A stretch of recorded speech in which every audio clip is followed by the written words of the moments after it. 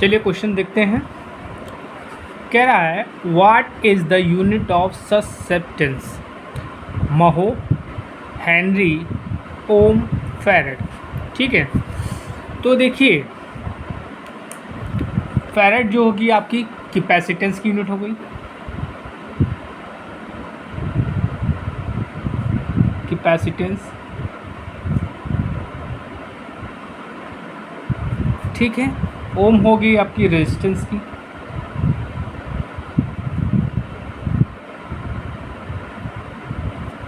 ठीक है, हेनरी होगी आपकी इंडक्टेंस की।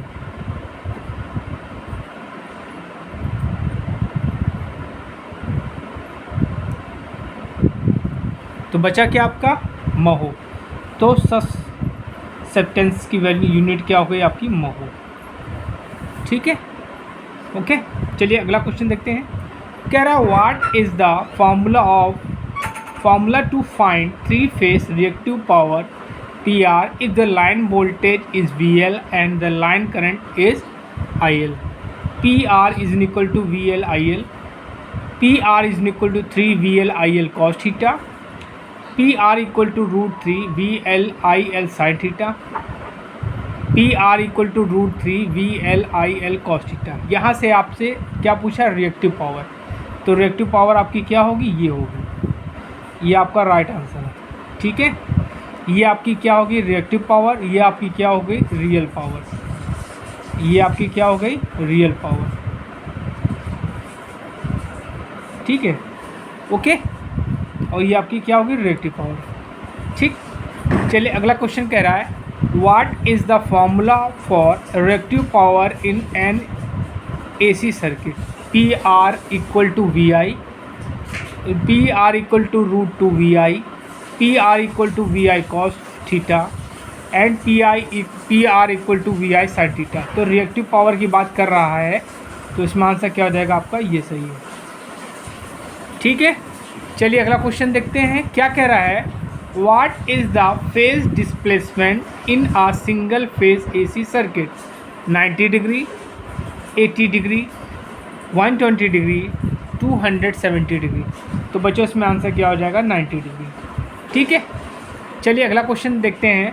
What is the formula to calculate the impedance of the RLC series circuit if the inductive reactance XL is less than capacitive reactance XC? Z equal to R square plus root times XL square plus XC square. Z equal to R square root times R square plus XL minus XC का whole square and Z is equal to root times R square plus XL square minus XC square. और last option आपका दिया है Z equal to R square plus XL minus XC minus XL का whole square. तो इसमें आपका right answer क्या हो जाएगा? ये हो जाएगा। What is the formula to calculate the line current of the this single phase RC parallel circuit? देखिए आप, ये क्या है आपकी IL करंट आ रही है और ये क्या हो रही है? डिवाइड हो रही है, एक IR में और एक किसमें? IC में। ठीक है, तो इसमें आंसर क्या हो जाएगा आपका? ये ऑप्शन बिल्कुल सही है।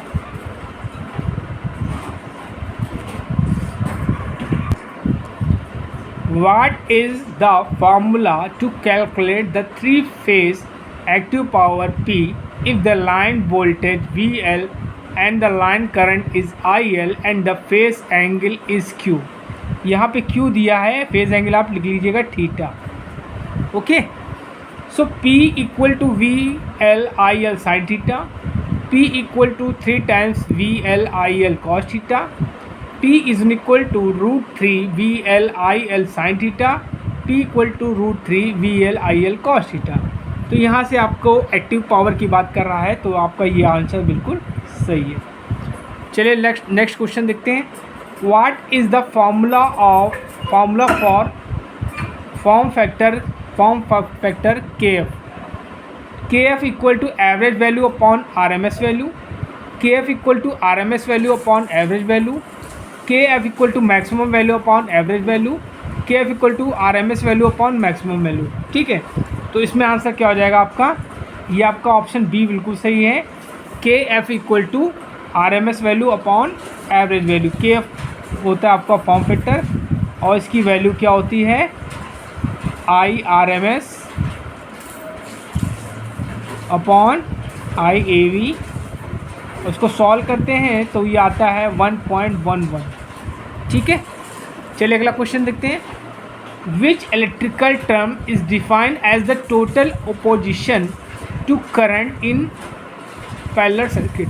ठीक है, रेजिस्टेंस, इम्पीडेंस, एडमिटेंस, ससेप्टेंस। तो आंसर क्या हो जाएगा आपका एडमिटेंस। ठीक है, टोटल अपोजिशन को हम लोग बोलेंगे यहाँ पे इम्पीडेंस, और इम्पीडेंस का अपोजिट क्या होता है आपका एडमिटेंस होता है, इम्पीडेंस।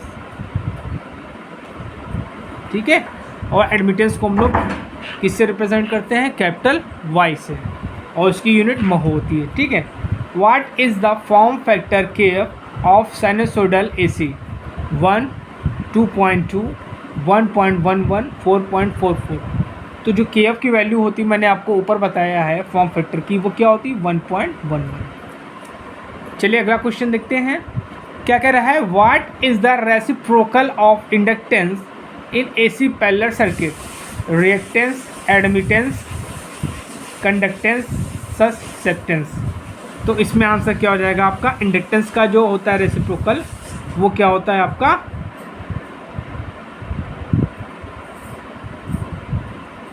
ये होता है आपका ससेप्टेंस। ठीक है, चलिए अगला क्वेश्चन देखते हैं।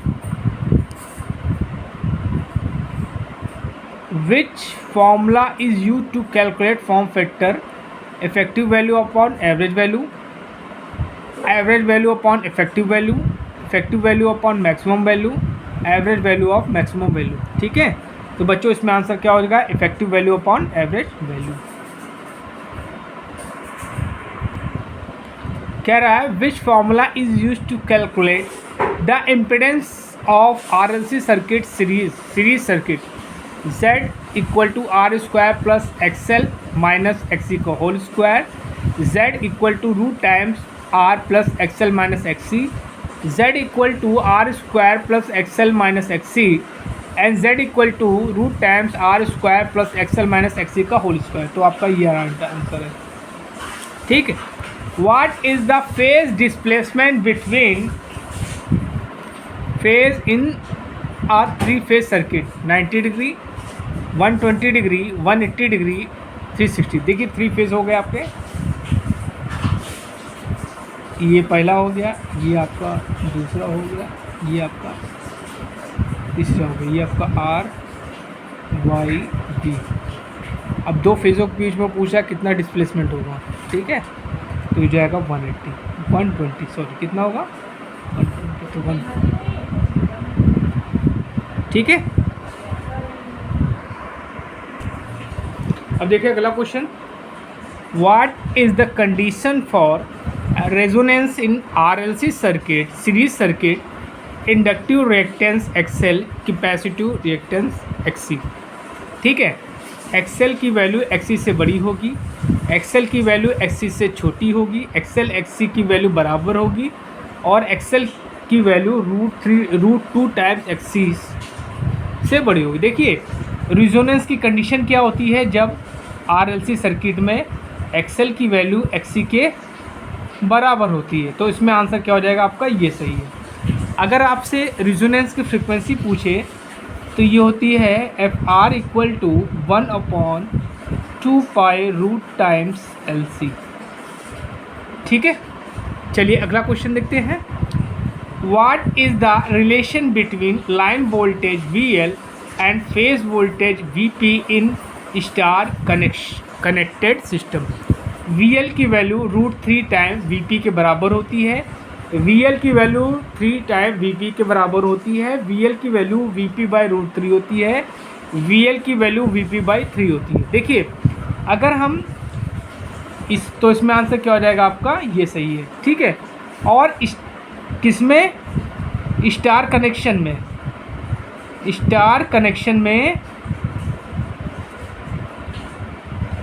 स्टार कनेक्शन में लोड करंट और फेज करंट की वैल्यू क्या होती है, सेम होती है। ठीक है, ओके। चलिए अगला क्वेश्चन देखते हैं।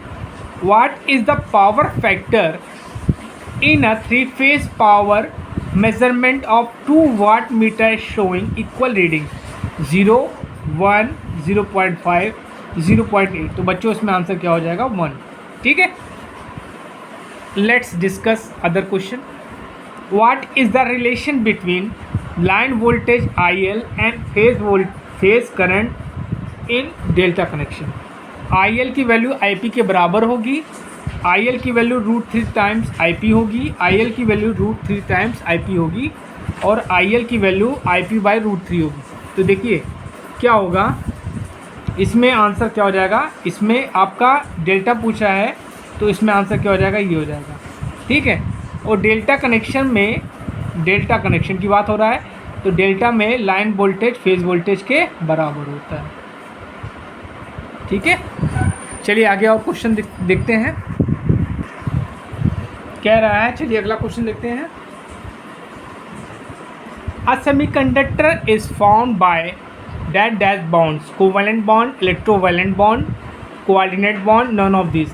तो जो आपका सेमीकंडक्टर होता है बच्चों, ठीक है, ये क्या होता है, ये कोवैलेंट बॉन्ड से फॉर्म होता है। तो इसमें आंसर क्या हो जाएगा आपका, कोवैलेंट बॉन्ड। ठीक है, क्या कह रहा है, अ semiconductor has temperature coefficient resistance. ठीक है, पॉजिटिव, 0, नेगेटिव, नन। देखिए अगर कंडक्टर होगा, देखिए थर्मल रेजिस्टेंस थर्मल कोएफिशिएंट है, उसको हम लोग रिप्रेजेंट करते हैं किससे, अल्फ़ा से।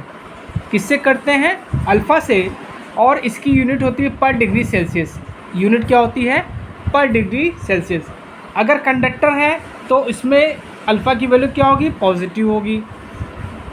अगर इंसुलेटर है तो इंसुलेटर में क्या होगी, नेगेटिव होगी। सेमीकंडक्टर है, सेमीकंडक्टर में भी क्या होगी, नेगेटिव होगी। ठीक है, तो इसमें आंसर क्या हो जाएगा बेटा, negative. The most commonly use semiconductor is, mostly जो सेमीकंडक्टर यूज़ होता है वो क्या है, जर्मेनियम, सिलिकॉन, कार्बन, सल्फर।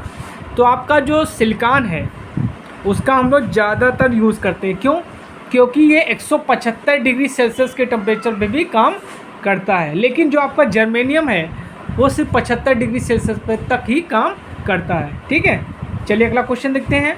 क्या कह रहा है, अ semiconductor has generally dash dash valence electron. Semiconductor में जो वैलेंस इलेक्ट्रॉन होते हैं वो कितने होते हैं, 2 होते हैं, 3 होते हैं, 5 होते हैं, 4 होते हैं।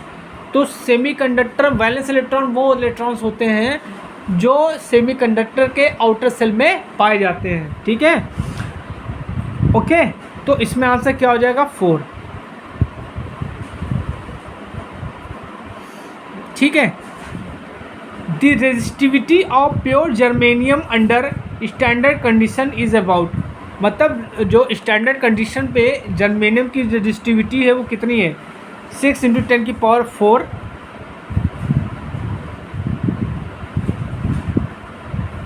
ओम सेंटीमीटर, 60 ओम सेंटीमीटर, 3 × 10⁶ ओम सेंटीमीटर, 6 × 10⁻⁻⁴ ओम सेंटीमीटर।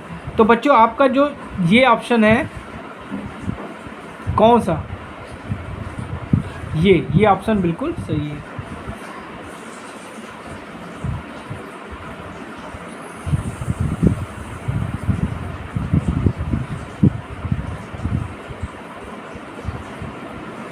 चलिए अगला क्वेश्चन देखते हैं। When a pure semiconductor is heated, जो आपका प्योर सेमीकंडक्टर है उसको जब गर्म करते हैं तो इट्स रेजिस्टेंस, उसका रेजिस्टेंस क्या होता है, गोज अप मतलब बढ़ता है, गोज डाउन मतलब नीचे जाता है, रिमेन सेम मतलब सेम रहता है, कैन नॉट सेम मतलब कहाँ नहीं जा सकता।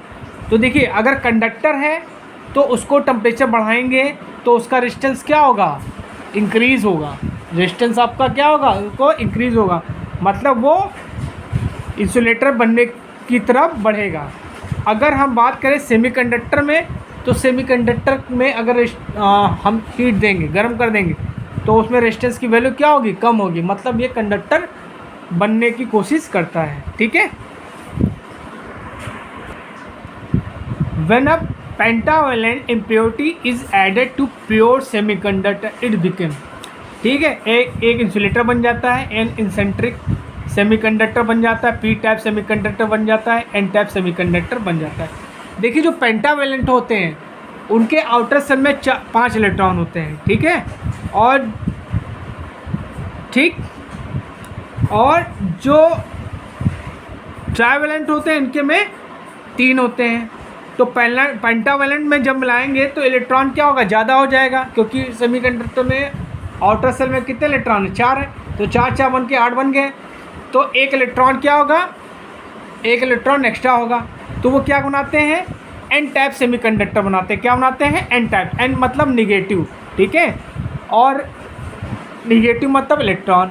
तो इसमें मेजॉरिटी कैरियर्स क्या होते हैं, आपके इलेक्ट्रॉन होते हैं, इसमें इलेक्ट्रॉन्स की संख्या क्या होती है, ज़्यादा होती है, और माइनॉरिटी कैरियर्स क्या होते हैं, होल्स होते हैं।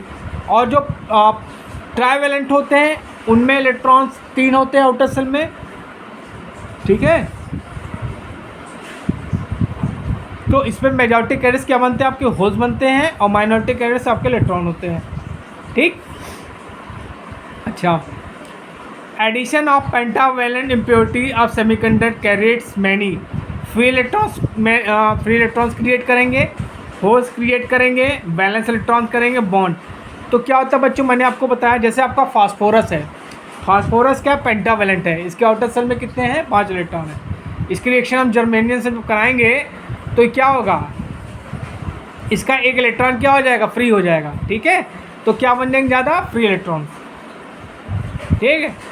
अगला question, a pentavalent impurity has that electron, ठीक। पेंटावेलेंट में कितने इलेक्ट्रॉन्स होते हैं, वैलेंस 3, 5, 4, 6। तो बच्चों मैंने आपको बताया कितने होते हैं, 5 होते हैं, ठीक है। An N type semiconductor is positively charge, negatively charge, electrically neutral, none of this. तो बच्चों क्या होता है, एन टाइप क्या होते हैं, उसमें इलेक्ट्रॉन्स ज़्यादा होते हैं, तो क्या होगा,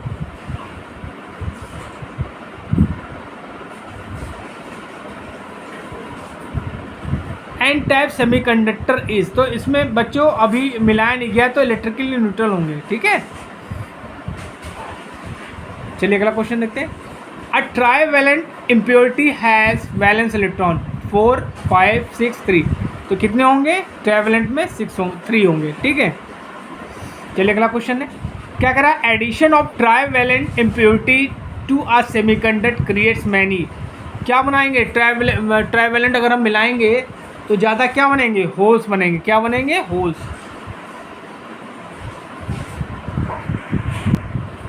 चलिए अगला क्वेश्चन देखते हैं, कह रहा है the advantage of salient pole in an alternator is reduce windage losses, reduce noise, reduce bearing loads and noise, adaptability to low and medium speed operation. तो बच्चों आंसर क्या होगा आपका, लाट सही है, ठीक है। देखिए कोशिश करिए आप लोग इंग्लिश में पढ़ने की, क्योंकि इंग्लिश मोस्टली जो टेक्निकल टर्म्स होते हैं वो क्या होते हैं, इंग्लिश में होते हैं, ठीक है। चलिए अगला क्वेश्चन देखते हैं। The EMF generated in alternator depends on, मतलब जो अल्टरनेटर में ईएमएफ जनरेट होता है वो किस पर निर्भर करता है, फ्रीक्वेंसी पर, फ्लक्स पर पोल पे, कॉइल स्पैन फैक्टर पे, ऑल ऑफ दिस, ठीक है। तो बच्चों आंसर क्या हो जाएगा, देखिए ईएमएफ जो जनरेट होता है, ईएमएफ जो जनरेट होता है अल्टरनेटर में, ठीक है, वो क्या होता है, ये होता है आपका E = 4.44 kp kd ft5, ठीक। तो इन सब पैरामीटर्स पे डिपेंड करता है, ठीक। तो इसमें आंसर क्या हो जाएगा, ऑल, ठीक। चलिए अगला क्वेश्चन देखते हैं। The rotor of salient pole alternator has 12 poles, the number of cycles of EMF per revolution would be, ठीक है। देखिए क्या निकालना है आपका, number of cycles of EMF per revolution would be. ठीक है, 4, 3, 6, 12। तो देखिए कैसे निकालेंगे।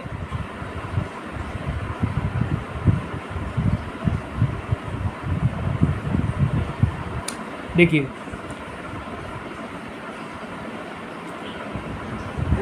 n इक्वल टू क्या होता है 120 F/P। ठीक, ओके। और हम मान लेते हैं इसकी जो मैक्सिमम होती है स्पीड 3000 120। फ्रीक्वेंसी आपको निकालनी है, पोल्स आपके कितने हैं 12। ठीक है,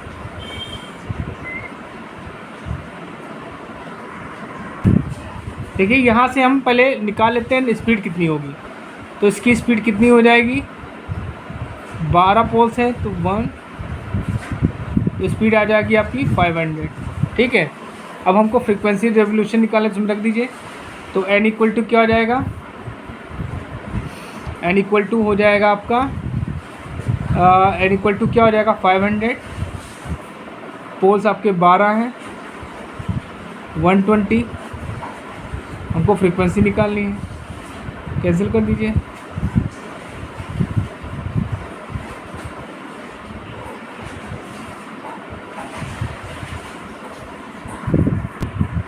चलिए अगला क्वेश्चन देखते हैं, इसको बाद में बताते हैं आपको।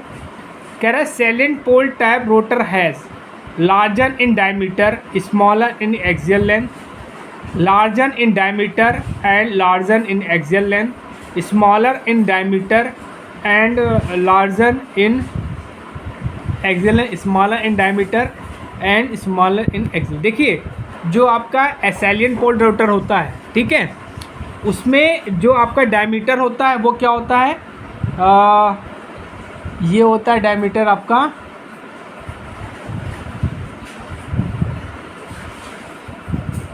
डायमीटर क्या होगा इसका ज़्यादा होता है। डायमीटर क्या होता है, ज़्यादा होता है। ठीक है, डायमीटर क्या होगा, ज़्यादा होगा। और एक्सियल लेंथ होती है वो क्या होती है, कम होती है। एक्सियल लेंथ क्या होती है, कम होती है। ठीक है, एक्सियल लेंथ आपकी क्या होती है, कम होती है। और इसका डायमीटर जो होता है लगभग 3 से 6 मीटर होता है। 3 से 6 मीटर होता है। और एक्सियल लेंथ जो होती है इसकी 0.5 से 1.5 मीटर होती है। ठीक है, तो आपका पहला ऑप्शन बिल्कुल सही है। और सैलिएंट पोल टाइप रोटर का प्रयोग हम लोग कहाँ करते हैं, इसका प्रयोग हम लोग हाइड्रो पावर प्लांट में करते हैं। किसमें, हाइड्रो पावर प्लांट में।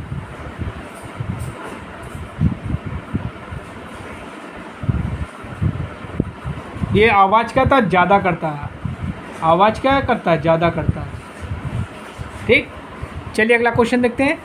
The exciter for a generator is shunt motor, series motor, shunt generator, compound motor. देखिए जो एक्साइटर होता है ये क्या होता है, शंट जनरेटर होता है या कोई पोनी मोटर होती है, उसका प्रयोग हम लोग करते हैं ठीक है, एक्साइटर को घुमाने के लिए। तो इसमें आंसर क्या हो जाएगा आपका, शंट जनरेटर। अब देखिए अगला क्वेश्चन कह रहा है the frequency of voltage generated in an alternator depends on number of poles, speed of alternator, both and B types of winding. देखिए हम लोग जानते हैं frequency of voltage generated depends on number of poles, speed of the alternator. ठीक, देखिए हम लोग जानते हैं n इक्वल टू 120 F/P होता है। ठीक, यहाँ से अगर हम F निकालें वैल्यू तो क्या हो जाएगा, Pn/120। ठीक, तो यहाँ से क्या हुआ, F किस पे डिपेंड करेगा, पोल पे, और किस पे, स्पीड पे। ठीक है, तो आपका आंसर इस पे भी डिपेंड करेगा, स्पीड ऑफ अल्टरनेटर पे भी डिपेंड करेगा। तो इसमें आंसर क्या हो जाएगा, बोथ ए और बी, मतलब ऑप्शन सी सही है। क्या कह रहा है, the frequency per pole in an alternator is equal to number of poles, ठीक है, number of armature conductor, number of pair of poles. ठीक है, none of this, the frequency per alternator equal to, तो इसमें answer क्या होगा, number of pair of the poles. ठीक, चलिए अगला क्वेश्चन देखते हैं। In alternator cylindrical pole type rotor are generally use with prime mover of high speed, low speed, medium speed, both low and high speed. देखिए जो आपका cylindrical pole type rotor होता है, ठीक है, इसकी स्पीड जो होती है क्या होती है, सिंक्रोनस स्पीड होती है। मतलब इनकी जो स्पीड होती है, अगर पोल आपके 2 होंगे तो सिंक्रोनस स्पीड आपकी 3000 आरपीएम होगी। ठीक, और इनमें क्या होता है, एक्सियल लेंथ जो होती है वो ज़्यादा होती है। एक्सियल लेंथ जो होती है क्या होती है, ये होती है 3 से 6 मीटर, और जो डायमीटर होता है वो कम होता है। डायमीटर क्या होता है, 0.5 से 1.5 मीटर। ठीक, और इनकी स्पीड क्या होती है, हाई होती, तो क्या होगा आपका, हाई होगा। और इसका प्रयोग कहाँ करते हैं हम लोग, इसका प्रयोग इसका प्रयोग करते हैं हम लोग थर्मल पावर प्लांट में। किसमें, थर्मल पावर प्लांट में इसका प्रयोग करते हैं। ठीक, चलिए अगला क्वेश्चन देखते हैं। An alternator is said to be over excited when it is operating at unity power factor, leading power factor, lagging power factor, either lagging और लीडिंग पावर फैक्टर। तो बच्चों जब लीडिंग पावर फैक्टर पे काम करता है तो इसको हम लोग क्या बोलते हैं, ओवर एक्साइटेड। ठीक है, चलिए अगला क्वेश्चन देखते हैं। चलिए अगला क्वेश्चन देखते हैं। In alternator silent pole type rotor are generally use with prime mover of low speed, medium speed, high speed and speed. तो बच्चों आंसर क्या होगा, लो स्पीड।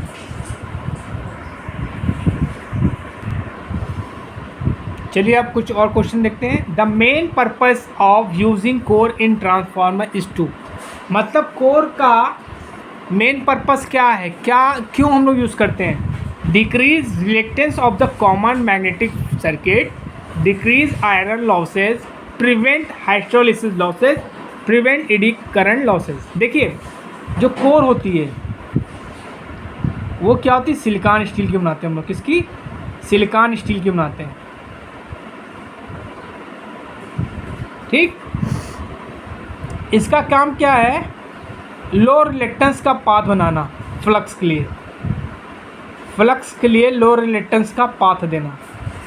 ठीक है, तो आंसर क्या हो जाएगा, पहला ऑप्शन सही है, decrease reluctance of the common magnetic circuit. चलिए अगला क्वेश्चन देखते हैं। Transformer works on the principle of self induction, mutual induction, Faraday law of electromagnetic induction, self induction और म्यूचुअल इंडक्शन बोथ। तो देखिए जो ट्रांसफार्मर होता है ये आपका म्यूचुअल इंडक्शन पे काम करता है। किस पे, म्यूचुअल इंडक्शन पे काम करता है। चलिए अगला क्वेश्चन देखते हैं। If DC voltage is applied to the primary of a transformer it may work, burn the winding, not work, give lower voltage on the secondary side. देखिए अगर हम लोग क्या होगा कि प्राइमरी वाइंडिंग में हम लोग डीसी सप्लाई दे देंगे बच्चों, तो क्या करेगा, ये अल्टरनेटिंग फ्लक्स जनरेट नहीं करेगा, जिसके कारण क्या होगा, इसमें प्राइमरी वाइंडिंग आपकी क्या हो जाएगी, जल जाएगी। ठीक है, चलिए अगला क्वेश्चन देखते हैं। Which of the following will improve the mutual coupling between primary and secondary of a transformer, transformer oil of high breakdown voltage, sorry, winding material of high resistivity, high reluctance magnetic core, low reluctance magnetic core। तो बच्चों answer क्या होगा, लो reluctance magnetic core. चलिए अगला question देखते हैं। कह रहा है which type of core is used for high frequency transformer, open iron core, air core, close iron core, none of this. तो बच्चों आंसर क्या होगा, एयर कोर। चलिए अगला question. Transformer oil is use to transformer provides insulation and cooling, cooling and lubrication, lubrication और insulation, insulation, cooling and lubrication. तो बच्चों जो ऑयल होता है, हम लोग ऑयल कौन सा यूज़ करते हैं ये देख लीजिए पहले आप। जो ऑयल होता है वो क्या होता है, मिनरल ऑयल, खनिज तेल जिसको बोलते हैं मिनरल ऑयल, और सिंथेटिक ऑयल, ठीक। ये क्या करता है, इंसुलेशन और कूलिंग का वर्क करता है, ठीक है। चलिए अगला क्वेश्चन देखते हैं। क्या कह रहा है, the primary and secondary induce EMF E1 and E2 in two winding transformers are anti phase with each other, ठीक है, in phase with each other, equal in magnitude, determined by load on a transformer secondary. बच्चों क्या होता है, ये same phase में होते हैं, ठीक है। देखिए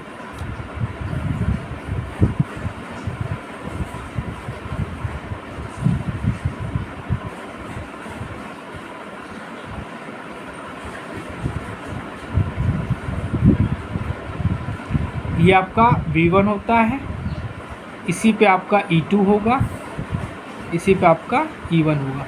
मतलब क्या है, ये सेम फेज पे है, ठीक है। तो इसमें आंसर क्या हो, in a phase with each other, ठीक है। अगला क्वेश्चन देखते हैं। An step of transformer increase current, frequency, voltage, power.